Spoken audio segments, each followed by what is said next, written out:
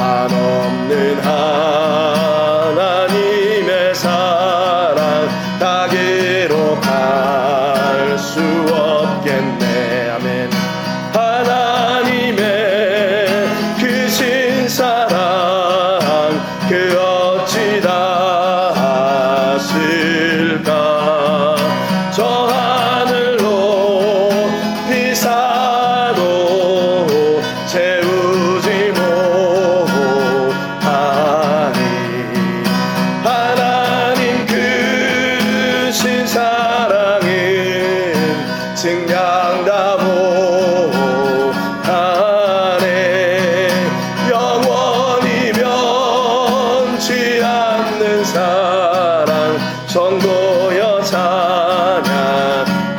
괴로운 시절 지나가며 괴로운 시절 지나 땅 위의 영광 땅 위의 영화 쇠할 때 주 믿지 않던 영혼들은 큰 소리 외쳐 주 믿는 성도들에게 주 믿는 성도들에게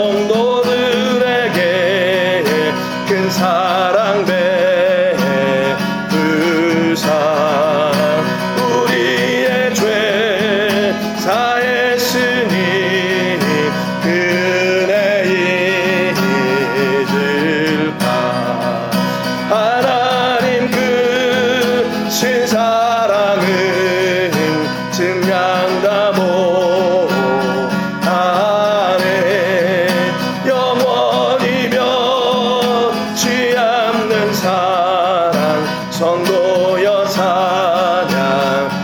하늘을 두루마리 삼고 하늘을 두루마리 삼고 바다를 먹물 삼아도 한없는 하나님의 사랑 가기로 갈 수 없겠네.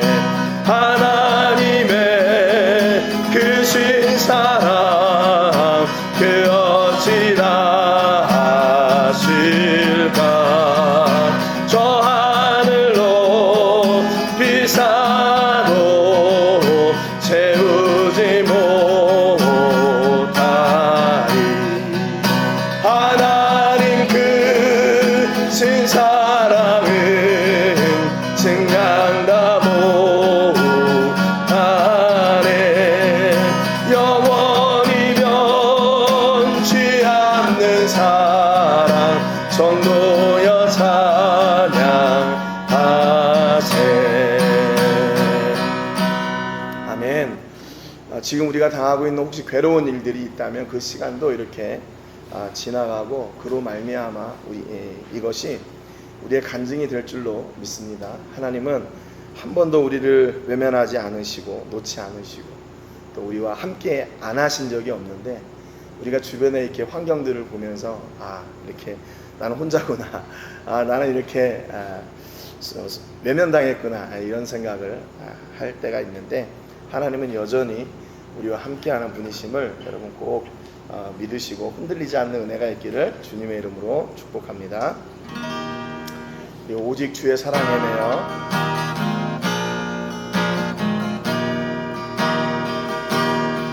오직 주의 사랑에 매여 내 영 기뻐 노래합니다.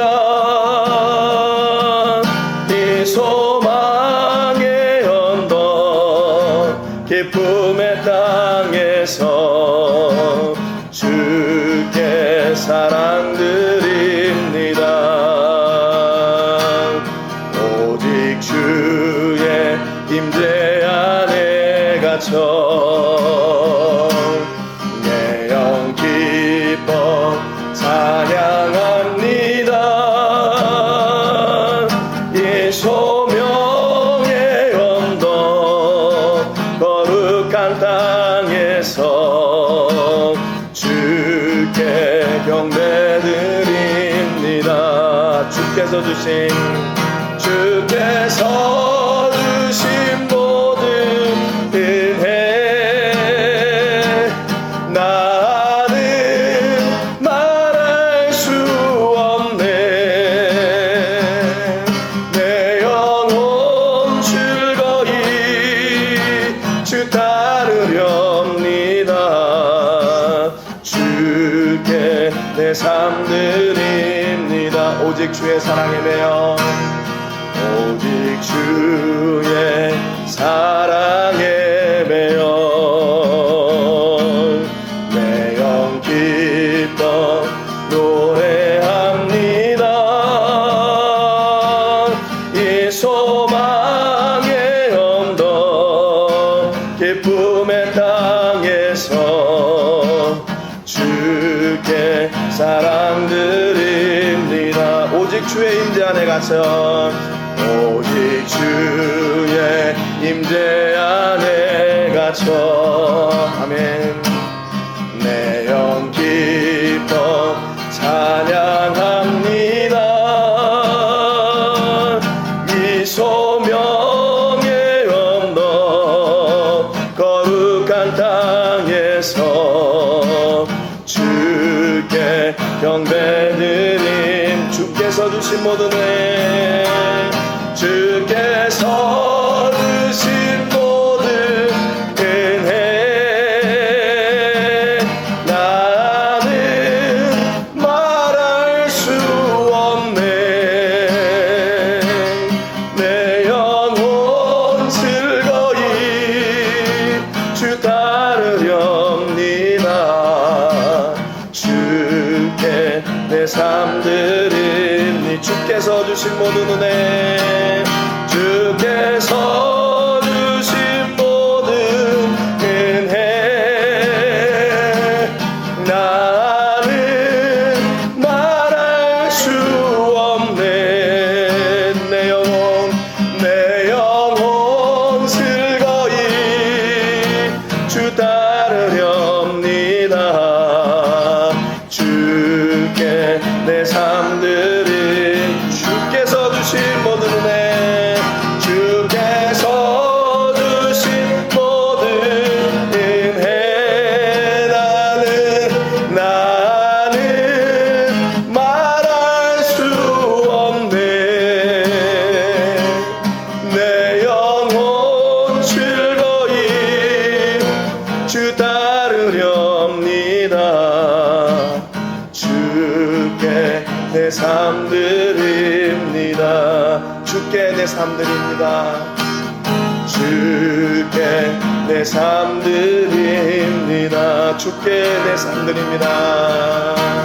주께 내 삶 드립니다. 이 시간에 우리 예배를 위해서 함께 기도하겠습니다. 한 주간에 우리의 죄를 꺼내놓고 기도합니다. 내가 한 주간도 하나님을 잊고 내 뜻대로 살았던 무지와 하나님 없이도 내가 잘 살 수 있다고 교만했던 것을 용서해 주시고, 내 입술을 통해서 생명의 복음이 증거되어야 될 텐데 그러지 못한 것을 용서해 주셔서, 오늘도 예수님의 십자가의 보혈로 정결하게 씻으셔서 온전한 예배 드릴 수 있도록 위해서 기도하시고요. 오늘 세계를 품으며 기도할 때는 브링엄 멕시코를 위해서 기도해 주시기 바랍니다.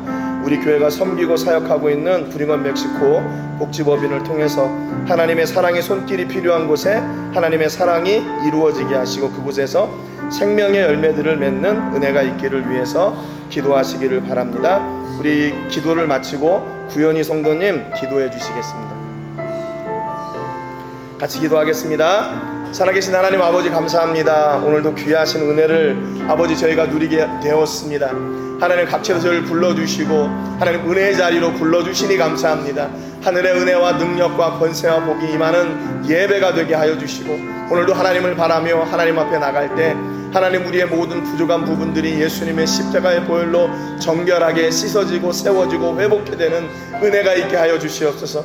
성령 하나님께서 함께 하여 주시며 우리의 문제를 만져주시고 회복시켜 주시고 강건하게 하여 주시고, 아버지 더욱더 주 안에서 새롭게 아버지 하나며 서나가는 아버지 우리 교회가 되게 하시고 우리 모든 성도님들이 되게 하여 주옵소서. 한 주간도 우리가 내 뜻과 내 의지대로 살았던 것을 용서해 주시기를 원합니다. 내 마음이 아버지 하나님께 있게 하여 주시고, 오늘도 우리의 시선이 하나님을 향할 수 있도록 아버지 인도해 주시고 복 주셔서 감사합니다. 아버지 우리의 연약함을 오늘 온전히 내려놓고 살아계신 하나님의 은혜를 마음껏 누리는 시간이 되게 하여 주시옵소서. 아버지 하나님 또한 저희가 아버지 세계를 품으며 기도할 때 브링엄 멕시코를 위해 기도합니다. 우리 브링엄 멕시코를 통해서 이 지역에 하나님의 사랑의 손길이 필요한 곳에 하나님의 사랑이 닿게 하시고, 그곳에 하나님의 놀라운 은혜와 복이 임하게 되는 줄로 저희가 믿습니다. 성령 하나님 저희를 부르시고 역사하시고 함께하여 나가실 때 저희가 아버지 하나님의 포기하지 않게 하여 주시고, 더 뜨거운 하나님의 은혜와 역사를 누리는 공동체가 되게 하여 주시고, 우리가 그리스도의 사랑으로 섬기며 아버지 하나님의 이 땅과 아버지 영혼들과 사역들을 섬겨 나갈 때 하나님 우리에게 놀라운 은혜와 복을 허락하여 주셔서 저희가 놓치지 않게 하여 주옵소서. 아버지 그 은혜를 마음껏 누리는 영혼들이 되게 하여 주시고 그 통로가 되게 하여 주시고 아버지 복에 복을 더하는 아버지 하나님의 자녀들이 되게 하여 주옵소서.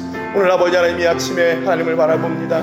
함께하는 모든 성도님들에게 놀라운 은혜를 허락하여 주시고 아버지 주를 고백하며 나갈 때 하나님 우리가 상상하지 못했던 놀라운 하늘의 은혜와 복을 허락하여 주옵소서. 감사드리고 존귀하신 예수님의 이름으로 살아계신 하나님 아버지 감사드립니다. 오늘 귀한 예배를 저에게 허락하여 주시고 각처에서 저희를 불러주시니 감사합니다. 하나님 오늘도 우리의 마음과 또 우리의 눈과 우리의 귀와 우리의 삶과 우리의 믿음이 온전히 하나님을 바라보기를 소원합니다. 하나님 저희를 부르셨으니 그냥 빈손으로 보내지 마시고 빈 마음으로 보내지 마시고 하나님께서 예비하신 놀라운 복과 은혜를 우리 삶 가운데 부으시고 아버지 하나님의 은혜로 가득한 저희가 되게 해 주옵소서. 오늘 이 예배의 시간이 저희에게는 회복의 시간이 되게 해주시고 문제가 해결되는 시간이 되게 하여 주시고 하나님의 은혜와 능력을 경험하고 누리는 시간이 되게 하여 주옵소서. 먼저 하나님 한 주간 저희의 죄를 꺼내놓습니다. 우리의 불신과 무지와 교만을 용서하여 주시고 우리의 입술을 통해 생명의 복음이 증거되어야 될 텐데 남을 아프게 하고 상처 주었던 일들이 있었다면 하나님 용서해 주시고 오늘 예수님의 십자가의 보혈로 모든 죄를 정결하게 씻고 하나님 앞에 온전한 예배 드리는 저희가 되게 하여 주시옵소서.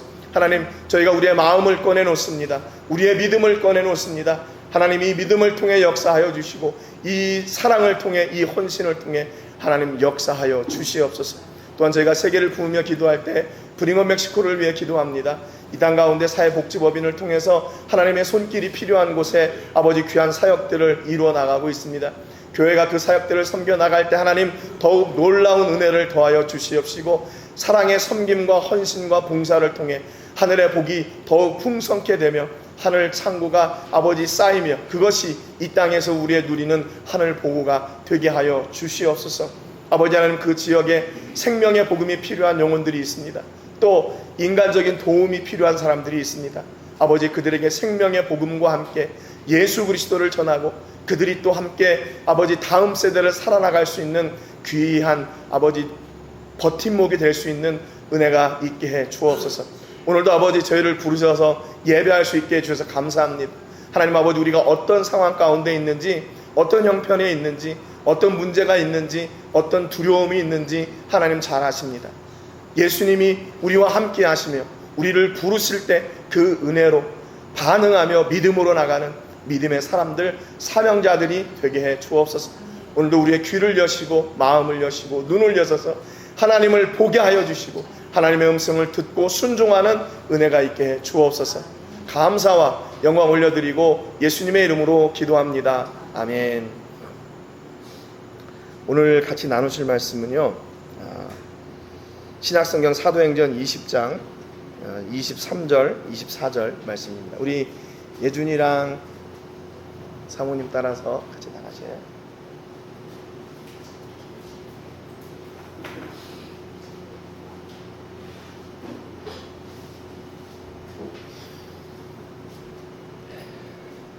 생명보다 귀한 사명이라는 제목으로 말씀을 좀 나누려고 하는데요. 좀 너무 제목이 과격하죠. 생명만큼 뭐 이렇게 귀중한 이렇게 하거나 그냥 귀한 사명 그러면 좋겠는데 생명보다 귀한 사명 그러니까 말씀을 듣는 중에 또 부담이 될 수도 있고 말씀을 준비하는 저도 계속 너는 진짜 생명보다 사명이 귀하냐 이 반문을 얼마나 많이 했는지 모르겠어요. 아무튼 우리가 이 말씀 속에서 주시는 은혜를 우리가 나누기를 원합니다. 우리 사도행전 20장 24절 말씀 우리 같이 한 목소리로 읽겠습니다. 시작. 내가 달려갈 길과 주 예수께 받은 사명 곧 하나님의 은혜의 복음을 증언하는 일을 마치려 하면은 나의 생명조차 조금도 귀한 것으로 여기지 아니하노라. 아멘. 여러분 잘 아시는 것처럼 이 고백은요 사도 바울의 고백입니다. 그러니까 좀 한숨 놓으셨죠? 사도 바울 정도 되니까 이런 고백할 수 있지. 우리는 뭐 아직 그런 수준이 아니다, 그런 상황이 아니다 이렇게 생각하실 수 있어요.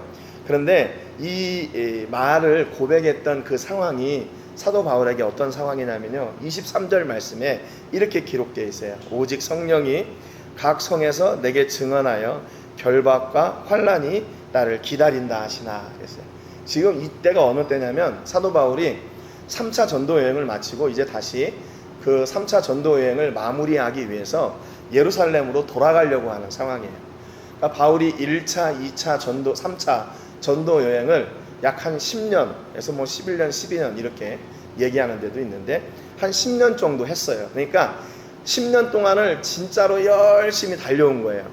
그리고 그동안에 얼마나 매를 많이 맞고 뭐 강도를 만나고 죽음의 위협이 있고, 이 고생한 것으로 얘기하자면 또 어디 가서 꿀리지 않을 정도로 수많은 고생을 했습니다. 그리고 그 여행을 이제 마무리하는 단계인데, 그러면 대부분 어떻게 해요?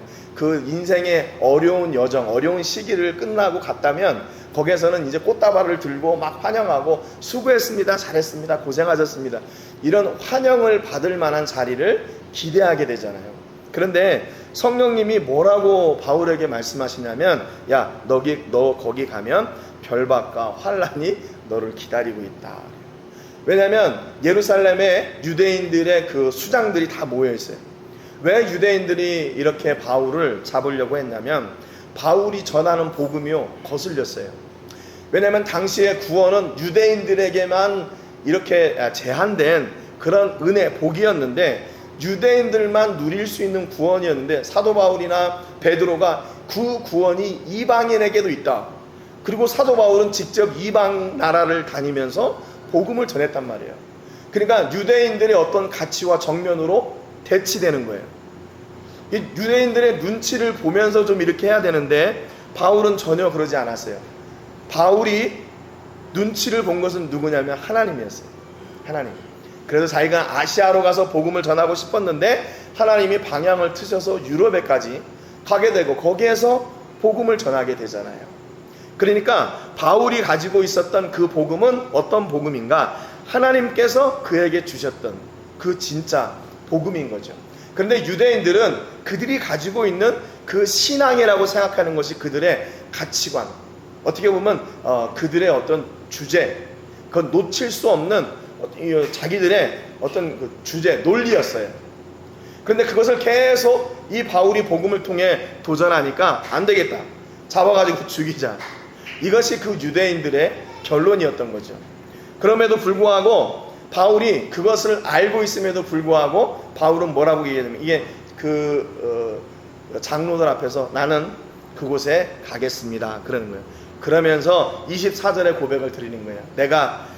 내 사명이 내게는 생명보다 귀합니다. 이게 NIV 성경에 보니까 여기 뭐라고 얘기했냐면, 내 생명의 가치는 나에게 아무것도 아닙니다. 어떻게 이렇게 고백할 수가 있죠? 전에도 한번 말씀드린 것 같은데, 제가 목사 안수 받을 때 이제는 죽으면 죽으리라, 땅 끝까지 가서 내가 선교사로 나올 때도 복음을 전하는 그런 주의 종이 되리라 그랬거든요. 근데 시간이 지나고 보니까 죽기로 작성했으면 죽으려고 노력해야 되잖아요. 살려고 노력해요. 살아남으려고 노력하는 거예요. 이 사역이 진짜로 하나님의 영광을 위한 일인가, 그것을 먼저 생각해야 되는데, 이거 해도 될까? 뭐 이렇게 내가 그동안에 많이 했는데 이거 해도 될까? 이런 식으로 하나님은 빠쳐먹고 그 일만 남는 그런 시기가 있었어요. 제가 깜짝 놀랐어요. 왜 이렇게 바뀌었을까? 이 일들이 평안하게 가니까 그 사명은 잊어버리고 그 일만 남은 거예요. 일만. 여러분, 그게 얼마나 초라한 일이에요. 초라한 일. 거기에 예수님이 계셔야 되는데, 거기에 진짜 하나님 앞에서의 그 사랑의 그 끈질긴 고백, 그 은혜가 그 사역 가운데 있어야 되는데 하나님이나 예수님이나 다 없고 일만 남은. 만약에 그렇게 해서 내가 하나님 앞에 선다면 어떻게 됐을까? 정말 부끄러워서 얼굴을 못 들 것 같아요. 그래서 제가 그때 깜짝 놀랐어요. 내가 지금 나 살려고 이렇게 애쓰고 있구나. 근데 그거는 이제 우리가 뭐 그러면 일을 하지 말고 다 그러라 그런 얘기가 아니라, 우선순위를 얘기하는 거예요. 우선순위. 진짜로 그 사명을 위해서 내 생명의 가치가 이렇게 저울질 해본다면 내게는 그 사명의 가치가 더 큰 것인가. 쉬운 말 성경에 보니까 그러나 주 예수께서 내게 맡기신 이 일, 즉 하나님의 은혜와 사랑의 복음을 다른 사람들에게 전하는 이 일을 완수할 수만 있다면 나는 내 목숨이 조금도 아깝지 않습니다. 여기에서 바울은요, 이 일이 뭔가를 정확하게 알고 있었어요. 뭐냐면 하나님의 은혜와 사랑의 복음을 다른 사람들에게 전하는 일, 그것이 바울의 사명이고 그것이 자기에게 있어서 제일 큰 가치라는 거예요. 그 가치의 무게가 어디까지 가나 내 목숨보다도 더 귀한 가치, 그게 사명이라고 이렇게 고백을 하고 있어요. 에베소서 3장 7절에도 바울이 이렇게 고백합니다. 이 복음을 위하여 그의 능력이 역사하시는 대로 내게 주신 하나님의 은혜의 선물을 따라 내가 일꾼이 되었노라 그랬어요. 이 사명이요, 생명보다 더 귀한 이 사명이 뭐라고 얘기하냐면 하나님의 은혜의 선물이다 그래요. 은혜의 선물. 여러분, 은혜라는 말도 헬라 말로는 선물이란 말이에요. 선물이고 선물이다, 진짜 선물이다, 그 말이에요. 그러니까 여러분, 우리가 하나님께서 우리에게 주신 사명이 뭡니까? 이렇게 물어본다면 우리는 뭘 생각하냐면, 교회에서 내가 직분을 뭐 하고 있지? 또 내가 교회에서 뭐를 지금 담당하고 있지? 아니면 내가 교회를 위해서 얼마나 헌신하고 있지? 이거를 생각해요. 틀린 말은 아닌데, 그 교회나 그 대상이 그 일을 하게 되는 원동력이 무엇이 되어야 되나? 하나님의 은혜가 되어야 돼요. 하나님의 은혜. 그래서 은혜로 하는 일하고 책임으로 하는 일하고 달라요. 은혜로 하는 일하고 책임으로 하는 일하고 달라요. 가끔 저희 선교지에 오셔서 선교지를 이렇게 보시면서 답답하셨나 봐요. 아니, 언제까지 성사님 이렇게 저 애들을 어린애 다루듯이 할 거예요. 좀 이렇게 막 혼내기도 하시고 막 좀 그렇게 해야 된대요. 동의하지 않는 것은 아닌데 못하겠어요. 저는 못하겠어요. 막 혼내거나 그러지 못하겠어요. 너 왜 이렇게밖에 못해? 너 더 잘해야지. 너 이렇게 해가지고 천국 가겠어? 뭐 이렇게 못하겠어요. 그 한 영혼이 귀하고 그 영혼이 하나님 때문에 상처받지 않았으면 좋겠어요. 가끔 이제 그 젊은이들 중에 한국에서 사역하고 또 필리핀에서 사역할 때 청년들이 와가지고 처음에는 이제 필리핀에 놀러 가자 그래 왔다가 그 신앙 훈련인 줄 알고 놀라는 애들이 많이 있거든요. 그러니까 걔네들이 대부분 교회를 다 다녔던 애들이에요. 그런데 이제 어느 순간에 교회에서 상처받은 거예요. 목사님의 말로 상처받고, 교회 장로님들의 말로 상처받고, 교회 어떤 동료들의 말로 상처받고, 너 왜 이렇게 너 교회 오는데 추리닝 입고 교회 와? 너 다음부터 교회 오지 마. 그런 소리를 들었다는 친구들도 있어요. 그게 어떤 것이 더 귀한가? 어떤 것이 더 귀한가? 한 영혼이 저는 더 귀하다고 생각해요. 그렇잖아요. 뭐 옷 조금 이렇게 좀 허술하게 입고 뭐 어떻습니까? 그 사람이 하나님 앞에 와서 그가 예수님을 인격적으로 만났을 때 그가 변하게 된다면 그 은혜가 더 큰 가치가 있는 거죠. 여러분, 그러니까 이 복음을 은혜로 감당하는 사람하고 그냥 이렇게 조직적으로 아니면 계획적으로 이렇게 감당하는 사람하고는 달라요. 그래서 그분들은 그렇게 얘기할 수 있어요. 왜냐하면 그분들은 한 번 왔다 가는 분들이니까 답답한 면도 보이고, 아유 저렇게 하면 안 되는데, 이제 그런 게 보이니까 그렇게 얘기할 수 있죠. 사랑의 마음으로. 근데 여기에서 실제로 그 일을 하고 있는 저에게, 또 우리 아내에게는 이게 안 돼요. 안 돼. 그렇게 못하겠어요. 그들이 여기까지 온 여정을 알고 있기 때문에 그들에게 함부로 얘기할 수 없어요. 물론 말이 안 되는 것도 있겠지만. 여러분 어떻게 생각하세요? 여러분 주변에 혹시 여러분이 하는 일들 가운데 사랑의 일이 아니라 다른 의미로, 다른 가치를 가지고 혹시 일하는 게 있습니까? 바울은요, 이 복음을 위해서 이렇게 얘기해요. 복음을 위해서. 여러분, 사업도 복음을 위해서 하시기를 주님의 이름으로 축복합니다. 사업을 복음을 위해서 하라 그러니까 그러면 뭐 다 말씀 막 이렇게 붙여놓고 다 막 전도하고 뭐 이래야 되나? 그게 아니에요. 우리의 마음이 중요한 거예요. 그의 능력이 역사하시는 대로 그랬어요. 능력이 역사하시는 대로. 여러분, 그러니까 하나님께서 우리에게 사명을 주실 때요, 누구보다 우리를 잘 아시는 분이 그분이에요. 그러니까 거기에 합당한 사명을 주시지 우리가 감당할 수 없는 거 안 주셔요. 감당할 수 없는 거를 하려고 해도 안 돼요. 안 돼요. 그러니까 지금 이렇게 일이 지나고 보니까 하나님께서 길을 막으시고 틀어가시고 이렇게 인도하신 여기까지 온 이유가 뭔가, 이만큼이 제가 감당할 수 있는 자리니까 하나님이 이렇게 인도해 가신 것 같아요. 그때는 참 슬프고 마음 상하고 내가 뭐 이렇게밖에 안 돼 뭐 이렇게 실망할 때도 있고 다른 사람한테 화날 때도 있고 그랬는데, 그게 하나님께서 내게 주신 그만큼의 은혜의 자리였어요. 은혜의 자리. 혹시 여러분들이 뭔가를 이렇게 막 하려고 하는데 막 힘들고 어려움, 또 장벽들이 생기고 문제가 생기고 그렇게 된다면, 야, 이거 하지 말라는가 보구나, 그렇게 생각하지 마시고, 아, 하나님께서 내게 은혜의 선물을 지금 부어주고 계시는구나, 은혜의 선물을 부어주고 계시는구나, 그렇게 생각하세요. 요즘 제가 이렇게 간을 회복하고 있다고 그랬잖아요. 2달 지금 하고 있는데 매일 지금 운동을 해요. 제가 시간을 내가지고 운동을 하는데, 운동하면서 내가 진짜 진작에 이렇게 좀 몸 관리를 잘 했더라면 왜 내가 지금 이러고 있을까, 별 생각이 다 드는 거예요. 제가 칼럼에도 그런 말씀을 썼는데, 하나님 앞에 너무 죄송하고 우리 성도님들한테도 너무 죄송하고, 새벽 기도를 일단 지금 안 하고 있으니까 뭔가도 하나 사역을 좀 줄여야겠다, 그래서 지금 이렇게 하고 있는데, 그렇다고 해서 그 시간이 뭐 남아도나 또 다른 일들을 또 하나님께서 하게 하시고, 또 그래서 오히려 감사한데, 아무튼 우리가 우리에게 주신 그 삶의 현장에서 최선을 다해서 그분이 우리 삶의 주인 되시는 것을 고백하고 나가는 게 중요합니다. 그래서 이 복음이 내게 그분의 은혜로 말미암아 주신 거라는 거죠. 이거 내가 잘해가지고 내가 다 준비돼가지고 한 게 아니라 그분의 은혜로 말미암아 이거를 감당한 일꾼이 되었다. 일꾼이 되었다.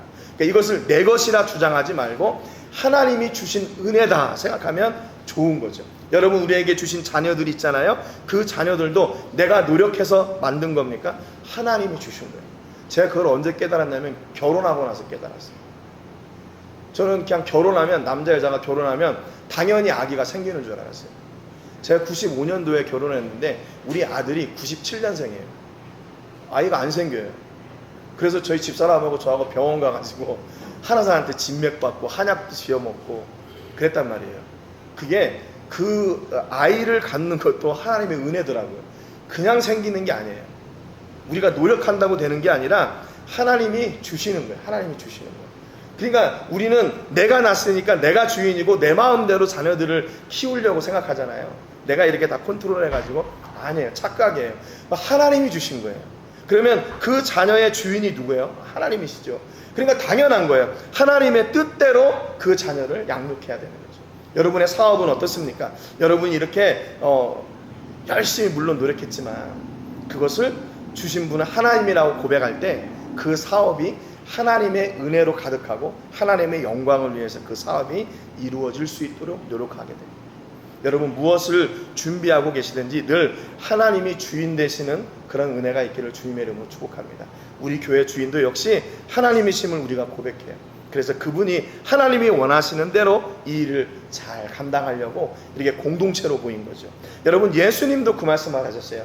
요한복음 4장 34절에 보니까 예수께서 이르시되 나의 양식은 나를 보내신 이의 뜻을 행하며 그의 일을 온전히 이루는 이것이다. 내가 하고 싶은 일을 하는 게 아니라 나를 보내신 그분이 기뻐하시는 일을 하는 것이 내 양식이다, 내 사명이다 그랬어요. 그래서 어떻게 돼요? 요한복음 19장 30절에 보니까 십자가에서 이 사명을 다 이루셨어요. 예수께서 신포도주를 받으신 후에 이루시되 다 이루었다. 다 이루었다. 뭐를요? 예수님께서 하나님께 받은 그 사명, 하나님의 뜻을 이루고자 하시는 그 사명을 십자가에서 다 이루신 거예요. 그러니까 당신의 생명을 다 드리면서까지 예수님에게는 우선순위가 뭐였어요? 하나님의 그 사명을 감당하는 그 십자가의 자리에서까지 하나님께서 주신 사명을 온전히 다 이루었다. 내 양식은 그분의 뜻을 온전히 이루는 것이다. 그리고 다 이루었다 그랬어요. 여러분, 예수님 얼마나 행복하신 분이에요. 하나님께서 주신 사명을 완전하게 퍼펙트하게 이룬 거예요. 퍼펙트하게 다 이루었다. 물론 죽으시는 상황에서 뭐 일을 다 그렇게까지 이루어야 되나 이렇게 생각할 수도 있지만, 예수님은 그것이 그분의 사명이었어요. 바울도 그 앞에 죽음이 있고 환란이 있다 할지라도 그 길을 가는 것이 그의 사명이었어요. 김구 선생님이 이런 말을 했더라고요. 뭐라고 얘기했냐면, 돈을 맞춰 일하면 직업이고 돈을 넘어 일하면 소명이다. 직업으로 일하면 월급을 받고 소명으로 일하면 선물을 받는다.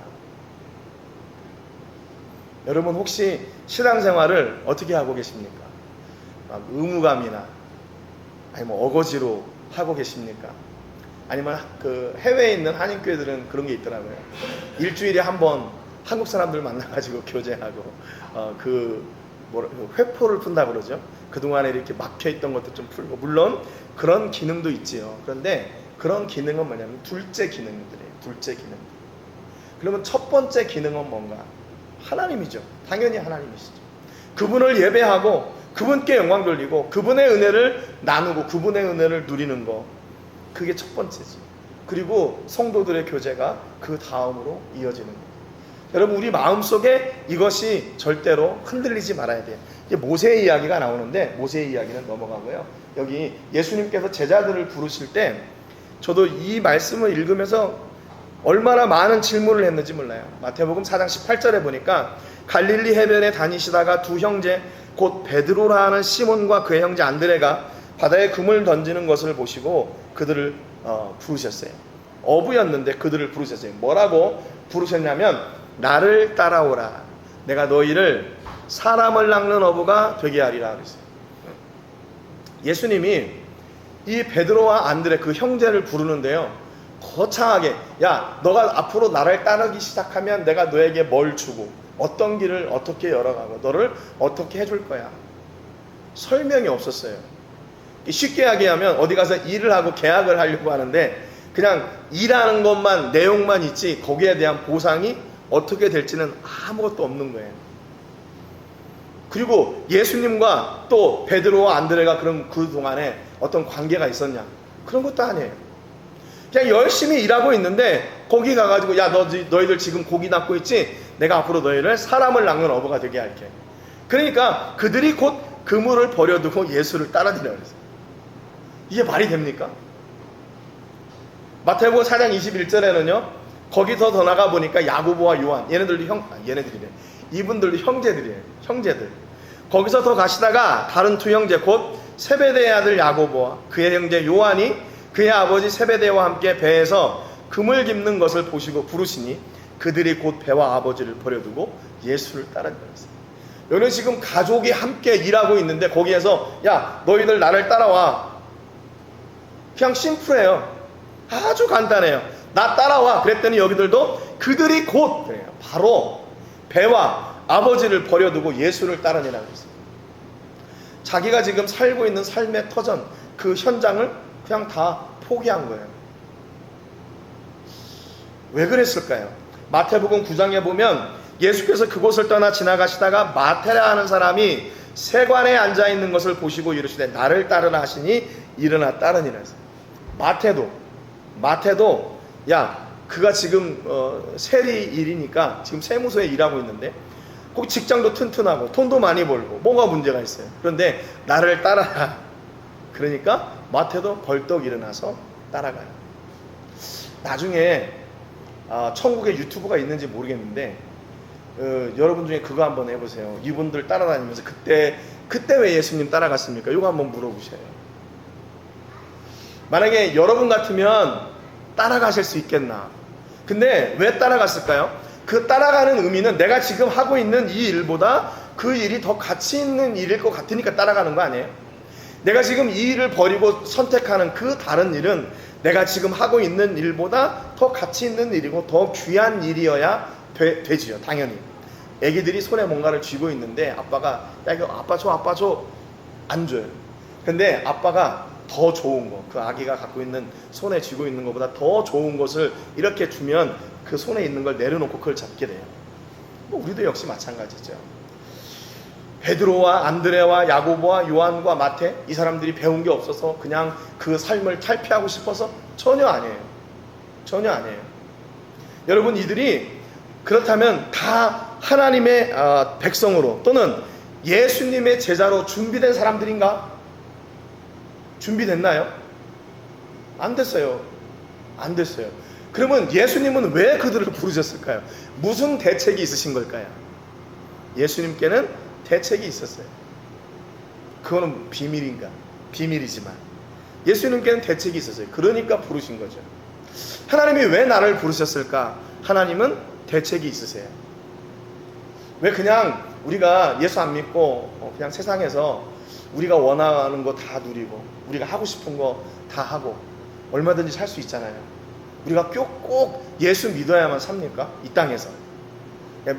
그 다음 세대는 생각하지 않고 이 땅에서 살다 보면 어떻게 보면 예수님 믿는 것 때문에 더 불편할 때도 있어요. 그렇지 않습니까? 주일날 아침에 일찍 일어나가지고 가서 예배해야 되고 또 일해야 되고 또 헌금해야 되고 봉사해야 되고 또 그 교회를 위해서 내가 뭘 할 수 있을까 고민해야 되고 기도해야 되고 좀 부담되지 않아요? 왜 부르셨을까? 우리에게는 답이 없는데 그분께 답이 있어요. 앞에 이제 출애굽기에 보면 하나님께서 모세를 부르시잖아요. 내가 너를 통해서 이스라엘 백성들을 내가 보내올 거야. 다 불러올 거야. 그러니까 네가 바로 앞에 나가서 내 백성을 달라고 얘기해. 그러니까 모세가요 깜짝 놀라요. 제가 어떻게 그렇게 해요? 그 사람들이 나를 안 믿어주면요, 또 이스라엘 백성들이 내가 하나님 만나서 이렇게 얘기했다고, 하나님 내게 사명 주셨다고 한 거 안 믿으면 어떻게 해요? 그러니까 하나님이 뭐라고 하면, 야, 네 손에 있는 게 뭐야? 지팡이입니다. 던져봐. 뱀이 돼. 그리고 너 손을 넣어봐. 납병에 걸렸다가 또 손 넣으니까 나아요. 하나님이 계속해서 막 이렇게 증거를 보여주셔요. 그리고 하나님, 제가요 말을 잘못해요. 모세가 나를 말을 못하는데 바로 앞에 가서 어떻게 얘기합니까? 그러니까 또 하나님이, 야, 내가 네 형 아론을 낳자. 그로 하여금 말하게. 하나님은 모두 다 솔루션이 있어요. 답이 있어요. 그래서 부르신 거예요. 그가 준비 안 돼 있든지 준비가 되었든지 그건 하나님께 상관이 없어요. 우리는 교회 안에서 하나님, 내가 조금 더 이렇게 뭐 한 다음에 할 수 있어요. 아니에요. 착각이에요. 그건 누가 주는 마음이냐면 사탄이 주는 마음입니다. 사탄이 주는 마음이에요. 야, 하나님 일 해야지. 해도 돼. 근데 지금은 아니야. 조금 나중에 해. 계속 우리 교회 속삭여요. 계속 우리 교회 속삭여요. 뭐 할 수 있어요? 그러면 우리가 지금 여기 예수님의 부르심을 따라 순종하여 따라 나갔던 제자들처럼 그냥 자기가 했던 그 일 그대로 예수님을 따라가면 돼요. 그러면 예수님께서 그를 계속 다듬어 가셔요. 여러분, 예수님의 제자들이 3년 동안 예수님과 동행했잖아요. 그러면서 배웠는데 완벽해졌나요? 아니요. 그래도 부족했어요. 예수님이 십자가 지실 때 다 도망갔어요. 언제 그들이 온전해졌나? 예수님의 부활과 승천을 경험하고 나서 성령이 그들에게 임하고 나니까 그들이 가지고 있었던 모든 가치관이 다 깨지고 예수님이 전에 가르쳐 주셨던 것까지 다 기억이 나고 이제 하나님께서 그동안에 예수님과 함께 내가 배워나가는 이 일이 하나님의 일을 위한 일이구나 라는 것을 깨닫게 됩니다.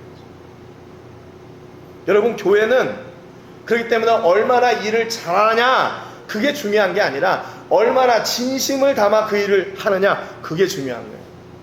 여러분, 저희가 예배 때마다 세계를 품는 기도 하잖아요.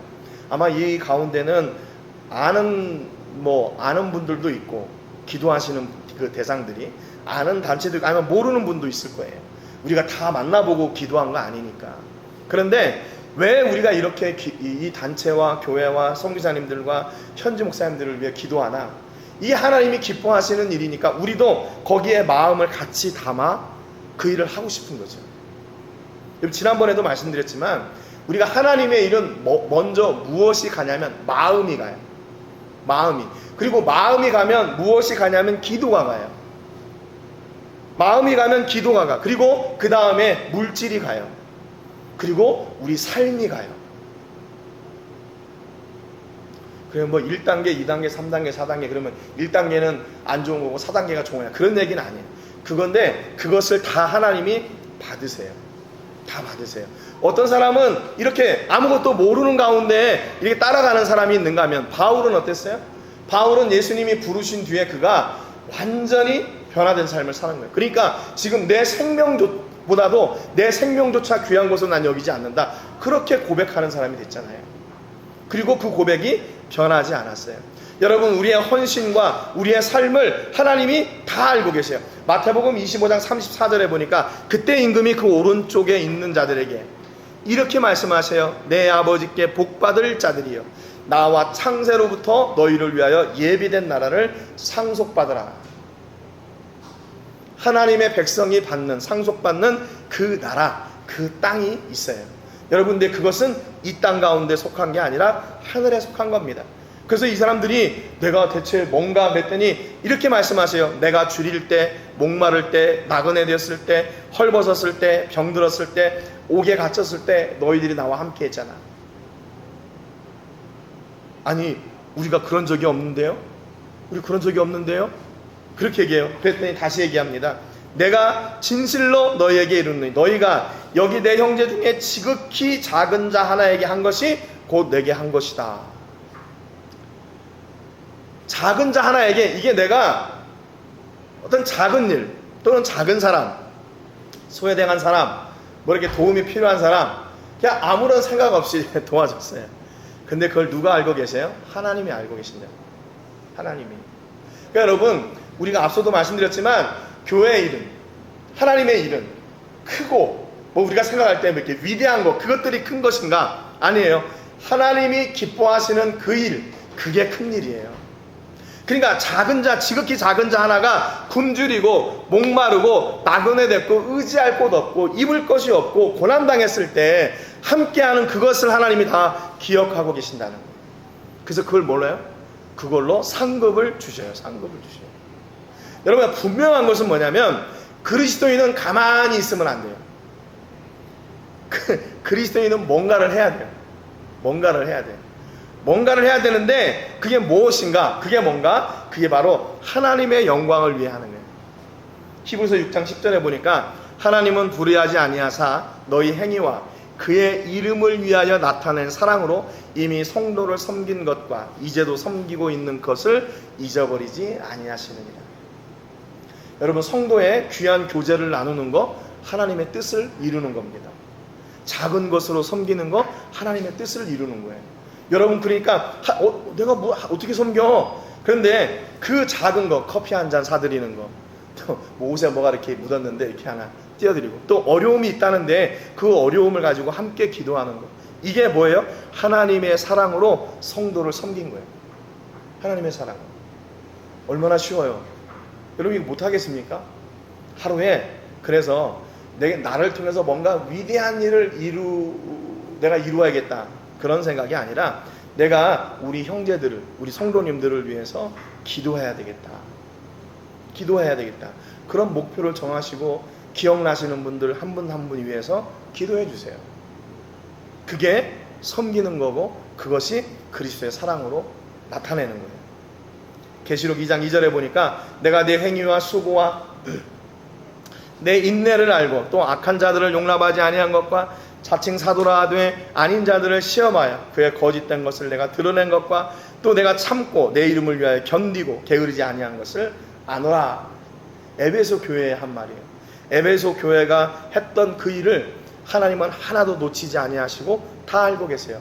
데살로니가전서 2장 4절에 보니까 오직 하나님께 옳게 여기심을 입어 복음을 위탁받았으니 우리가 이와 같이 말함은 사람을 기쁘게 하려 함이 아니요 오직 우리 마음을 감찰하시는 하나님을 기쁘시게 하려 함이라 그랬어요. 데살로니가 교회에 뭐라고 말씀하셨어요? 내가 다 안다. 다 안다. 너희들이 지금 어떤 마음을 가지고 어떤 생각을 가지고 어떤 의미로 하고 있는지 다 아신다는 거예요. 여러분, 그러니까 여러분, 우리에게 주신 하나님의 사명이 무엇입니까? 뭔지 잘 몰라요. 우리는 준비됐습니까? 준비 안 될 수도 있어요. 중요한 것은 뭐냐면 믿음으로 순종하여 나가는 거예요. 베드로가, 야고보가, 요한이 예수님이 부르셨을 때 예, 알겠습니다. 하고 나가는 거.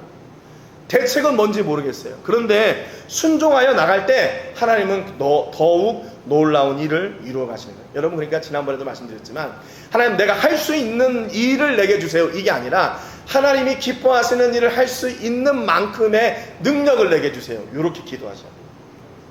기도가 바뀌시기를 주님의 이름으로 축복합니다. 그래서 하나님께서 주시는 그 마음껏 부으시는 그 은혜가 여러분의 삶 가운데 풍성해지고, 여러분 우리 성도님들을, 우리 공동체를 위해서 기도하시고 우리 선교지를 위해서 기도해 주세요. 그래서 우리가 그리스도의 사랑을 실천하고 나누는 그 삶의 현장 가운데 하나님께서 예비해 놓으신 놀라운 그런 하늘의 복을 누리게 되는 그런 우리 모든 성도님들 되시기를 주님의 이름으로 축복합니다. 기도하겠습니다. 하나님 아버지, 감사드립니다. 오늘 귀한 말씀을 통해서 우리에게는 하나님께서 주신 사명이 무엇인지, 또 하나님은 왜 우리를 부르셨는지 반문하고 그 해답을 얻게 해주시니 감사합니다. 우리가 준비되어 우리를 부르신 것이 아니고, 또 우리가 능력이 있어 우리를 부르신 것이 아니라 하나님이 우리를 향하신 뜻이 있으셨기에 우리를 부르셨고, 또 하나님이 원하시는 그 일을 감당할 수 있도록 우리를 훈련하시고 다듬어 가시기 위해 우리를 부르신 줄로 믿습니다. 하나님, 지극히 작은 자 하나에게 한 것을 하나님이 받으시고 그것을 기억하시고 그에 대한 상급도 허락해 주시는 세세하신 하나님이심을 저희가 고백합니다. 우리를 놓치지 마시고 우리가 늘 하나님과 동행하게 하시고 작은 삶의 현장에서부터 그 사랑을 실천하는 저희가 되도록 은혜의 은혜를, 복의 복을 더하여 주옵소서. 우리 공동체를 위해 기도하게 하시고, 또 우리가 섬기고 기도하는 선교지와 선교사님들과 또 현지 목사님들과 단체들을 위해서 기도하는 저희가 되게 해 주옵소서. 이 섬김을 통해 하나님은 생명의 놀라운 일을 이루시고 우리가 상상할 수 없는 하늘의 은혜의 역사를 이루어 가실 줄로 믿습니다. 하나님, 이것이 우리에게 주신 은혜임을 고백합니다. 우리 삶의 현장에서 이 은혜를 놓치지 않게 하시고 더욱 풍성케 하시고 우리 모든 성도님들이 하늘의 은혜를 받고 그 은혜를 나누며 그 은혜가 더욱 풍성한 열매를 맺어나가는 그런 귀한 신앙의 공동체, 사명자들이 되게 해 주옵소서. 아버지, 이제는 두려워하지 않기를 원합니다. 이제는 낙심하지 않기를 원합니다. 우리를 부르신 하나님을 우리가 믿기에 하나님의 선하신 능력을 믿고 하나님의 인도하심을 믿고 하나님의 역사를 믿고 나갑니다. 우리를 다듬어 주시고 훈련하여 주시고 하나님의 놀라운 일을 위하여 사용하여 주옵소서.